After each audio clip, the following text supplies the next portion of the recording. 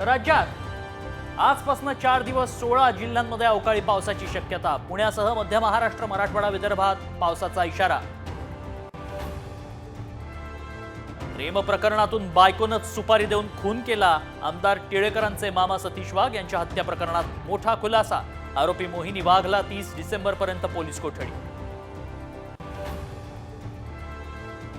बीड सरपंच संतोष देशमुख हत्या प्रकरणात तपासाला वेग।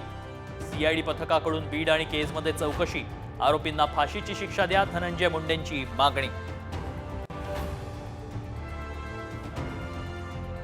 कल्याण प्रकरणातला आरोपी विशाल गवळीला पकडल्याचा व्हिडिओ साम टीव्हीवर। पोलिसांनी शेगावमध्ये आबळल्या मुसक्या। आरोपीला 2 जानेवारीपर्यंत पोलीस कोठडी।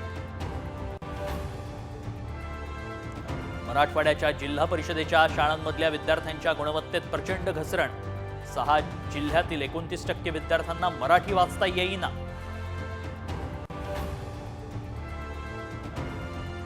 नव्या लाडक्या बहिणींना नोंदणीसाठी मुदतवाढ मिळण्याची शक्यता। तारीख वाढवायची की नाही याबाबत मंत्रिमंडळात निर्णय होणार। मंत्री आदिती तटकरेंची माहिती।